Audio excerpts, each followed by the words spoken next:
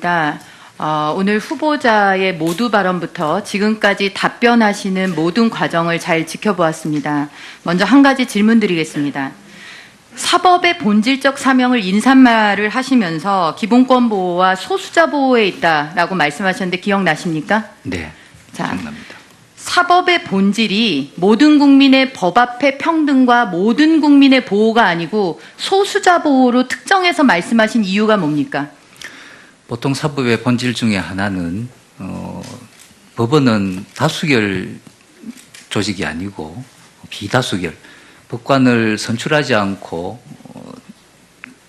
그 외에 국민의 심판에서 짧게 좀 답변을 해주시죠. 본인이 강조하는 성소수자, 저는 성소수자에서는 강조하는 성소수자, 양심적 병역 거부자 이런 부분에 대한 보호를 강조하시는 겁니까? 저는 전제가 잘못됐다라고 생각합니다.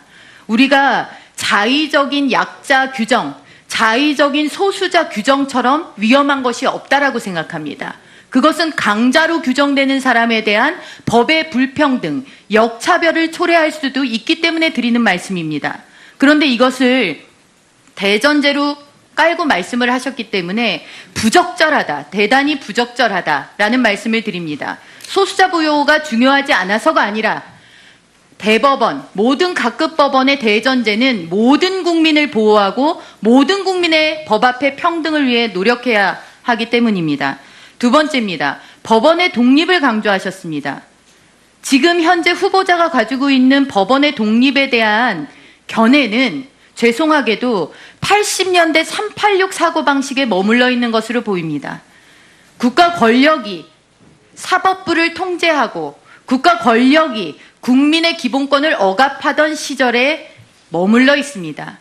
지금 현재 법원의 독립이 국가 권력에 의해서 침해되는 부분이 큽니까?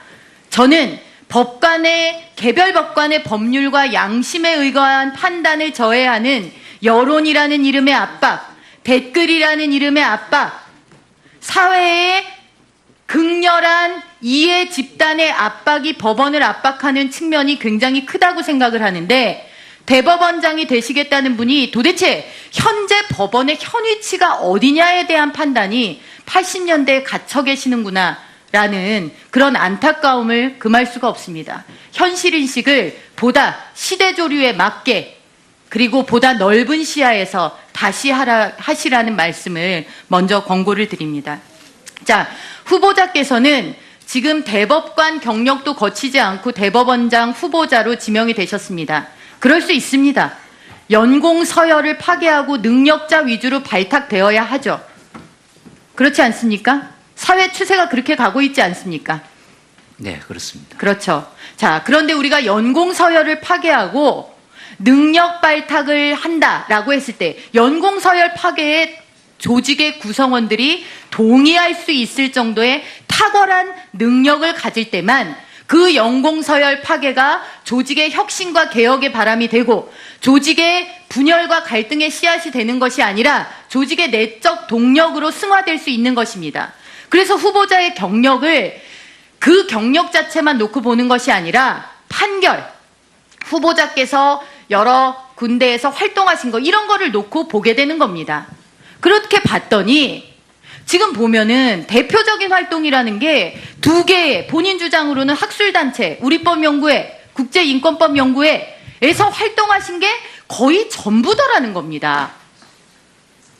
그 연구회에 소속되어 있었기 때문에 많은 판결을 놓고서 사회적 평가를 받은 판사들에 비해서 본인은 그렇게 주요할 만한 판결도 없으시더라는 겁니다. 그러니까 자꾸 그 단체의 고유 성향인과 그 단체에 속한 사람들의 판결 내용으로 지금 후보자가 평가를 받고 계시는 거라는 겁니다. 지금 본인은 나는 지금 뭐 조국 수석하고 일면식도 없다. 그러면 나를 놓고 정치적이다 이런 얘기를 왜 하는가라고 물으셨는데 제가 그림을 하나 보여드릴게요. 자, 사법부 정치화가 어떻게 이루어지고 있는지 지금 한번 보십시오. 자, 청와대 조국 민정수석 서울대 법대 출신의 참여연대 출신입니다. 참여연대가 어떤 데인지는 우리 후보자도 아실 거라고 생각을 합니다.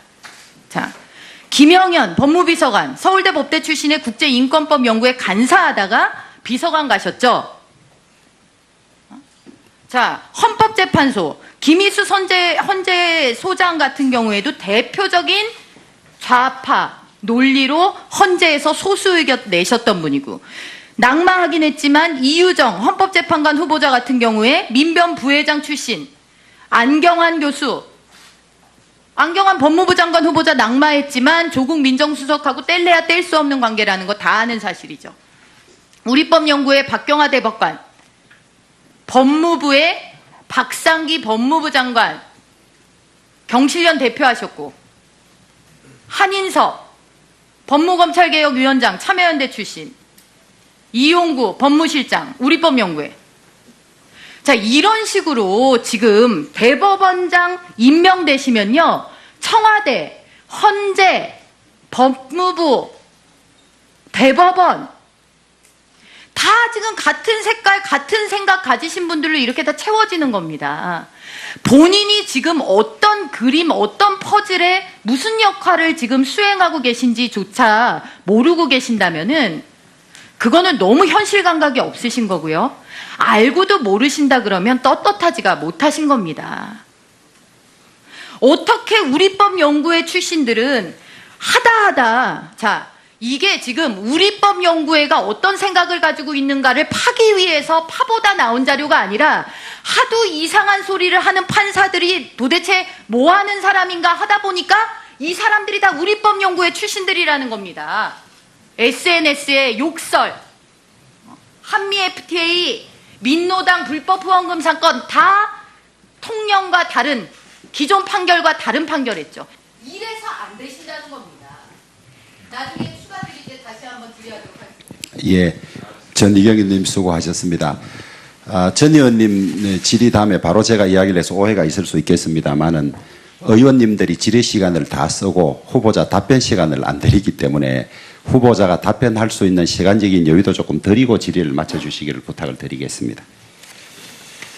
예, 다음은 더불어민주당의 전해철 위원님 질의해 주십시오. 예, 우리 후보자께 질의하기 전에요.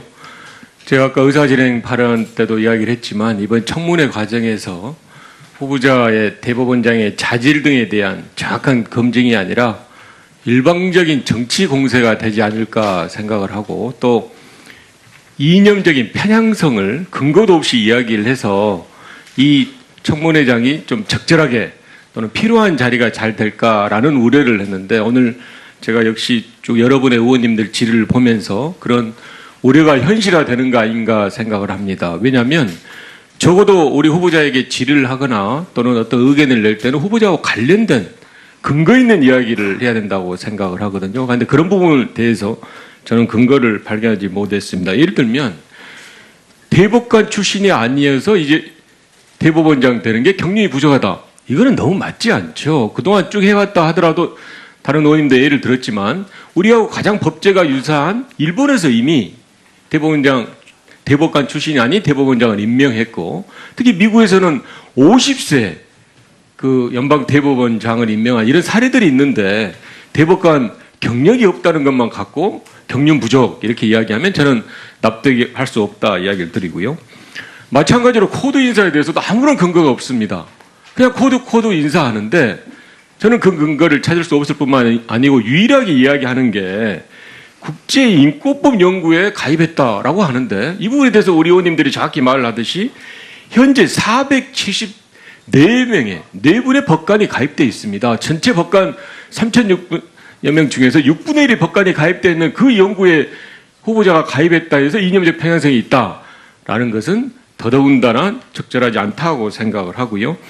보통의 경우에 그 후보자에 대해서 법관으로서의 능력이나 자질을 이야기할 때는 판결을 이야기합니다. 저는 오늘 오전 청문회 과정에서 부적절한 또는 잘못됐다고 지적하는 판결을 전혀 듣지 못했고요. 오히려 제가 이제 두세 가지를 말씀드리는데, 후보자는 이야기한 대로 법관은 판결로서 이야기를 해야 된다라고 했는데, 후보자의 경우에는 환경미화원이 근무복 냄새 때문에 대중교통을 못하고 오토바이로 출근하는 것에 대해서 업무상 해당된다. 약간 넓어졌지만 소수자 약자를 보호하는 판결을 냈고, 또한 6.25 참전용사 국가유공자를 인정할 때도 근무 환경 탓에 걸린 병이라면 충분히 국가유공자 자격이 있다. 이와 같이 오히려 이 판결을 보면 후보자께서는 끊임없이 사회 소수자 약자 그리고 필요한 일을 하는 법관의 자세를 보인 그런 것이 아니었냐 생각을 하고요.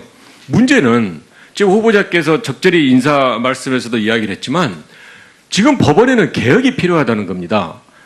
법원의 신뢰도는 어느 순간에 굉장히 낮아져 있습니다.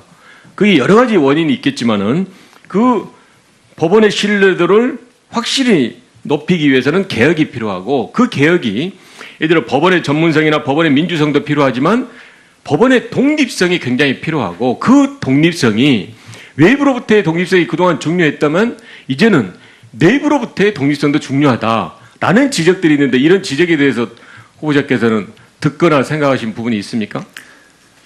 네, 그렇습니다. 그 부분에 관해서는 지금 뭐 현재 여러 가지 진통을 겪고 있는 부분도 그렇지만은 오히려 내부의 독립 부분이 조금 신경을 못 썼기 때문에 이런 일이 벌어지지 않았나 그렇게 생각을 합니다.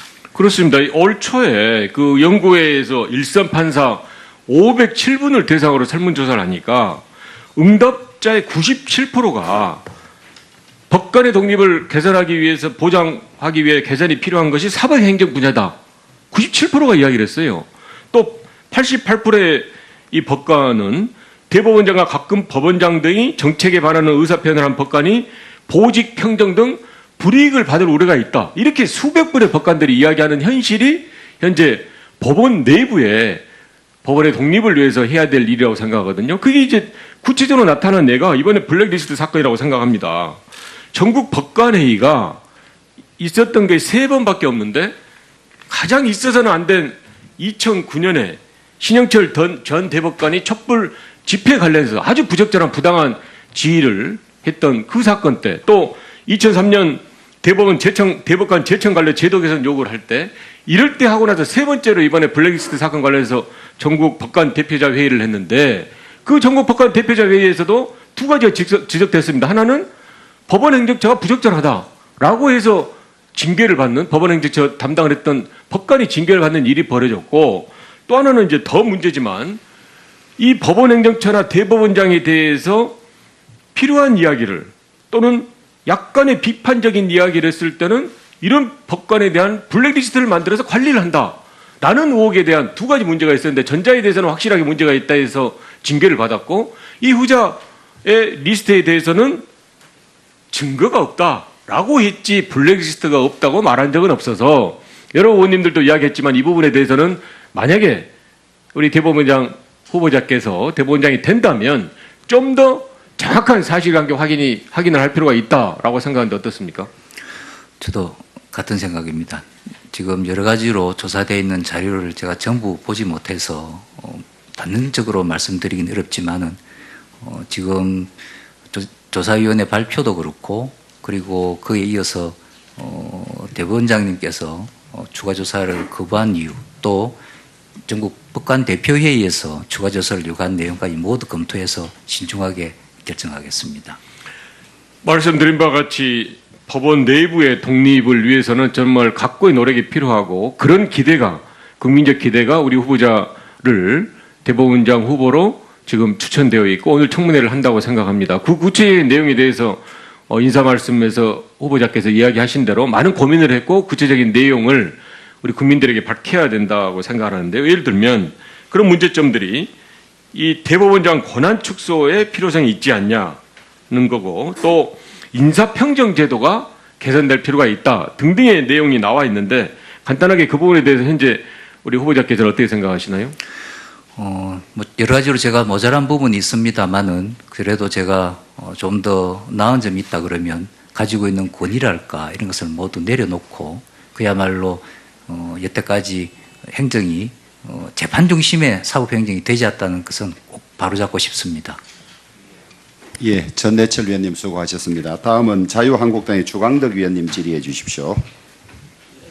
자, 후보자께서는 지금 대법관 경력도 거치지 않고 대법원장 후보자로 지명이 되셨습니다. 그럴 수 있습니다. 연공 서열을 파괴하고 능력자 위주로 발탁되어야 하죠. 그렇지 않습니까? 사회 추세가 그렇게 가고 있지 않습니까? 네, 그렇습니다. 그렇죠. 자, 그런데 우리가 연공 서열을 파괴하고 능력 발탁을 한다라고 했을 때 연공 서열 파괴에 조직의 구성원들이 동의할 수 있을 정도의 탁월한 능력을 가질 때만 그 연공서열 파괴가 조직의 혁신과 개혁의 바람이 되고 조직의 분열과 갈등의 씨앗이 되는 것이 아니라 조직의 내적 동력으로 승화될 수 있는 것입니다. 그래서 후보자의 경력을 그 경력 자체만 놓고 보는 것이 아니라 판결, 후보자께서 여러 군데에서 활동하신 거 이런 거를 놓고 보게 되는 겁니다. 오늘 후보자의 모두 발언부터 지금까지 답변하시는 모든 과정을 잘 지켜보았습니다. 먼저 한 가지 질문 드리겠습니다. 사법의 본질적 사명을 인사말을 하시면서 기본권 보호와 소수자 보호에 있다라고 말씀하셨는데 기억나십니까? 네, 자, 기억납니다. 사법의 본질이 모든 국민의 법 앞에 평등과 모든 국민의 보호가 아니고 소수자 보호로 특정해서 말씀하신 이유가 뭡니까? 보통 사법의 본질 중에 하나는 법원은 다수결 조직이 아니고 비다수결, 법관을 선출하지 않고 그 외에 국민의 심판에서 짧게 좀 답변을 해주시죠. 본인이 강조하는 성소수자, 저는 성소수자에서는 강조하는 성소수자, 양심적 병역 거부자 이런 부분에 대한 그렇게 봤더니 지금 보면은 대표적인 활동이라는 게 두 개의 본인 주장으로는 학술단체, 우리법연구회, 국제인권법연구회에서 활동하신 게 거의 전부더라는 겁니다.